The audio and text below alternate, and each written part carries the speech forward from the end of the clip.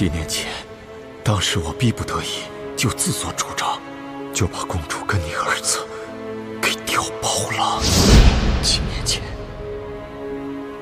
我亲手射杀的女儿，竟然是我大明朝最后一个公主。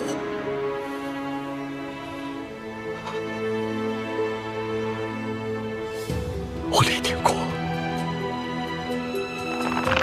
罪孽深重啊！不，公主尚在人间。当年你那一箭刚好射中皇后送给公主的玉佩上，所以公主毫发无伤。这些年，我一直带着她隐居在明珠谷。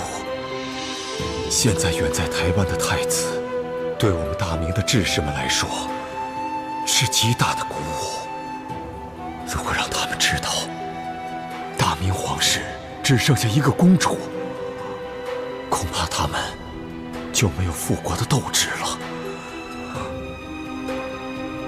如今世上，知道太子是你亲生儿子，奕欢才是大明最后一个公主的人，就只有你我2人了。我知道了，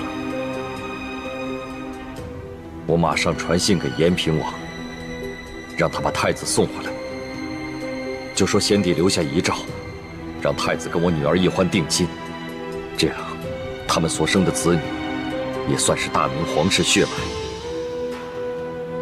我们也算对得起先帝了。好，这安排甚好。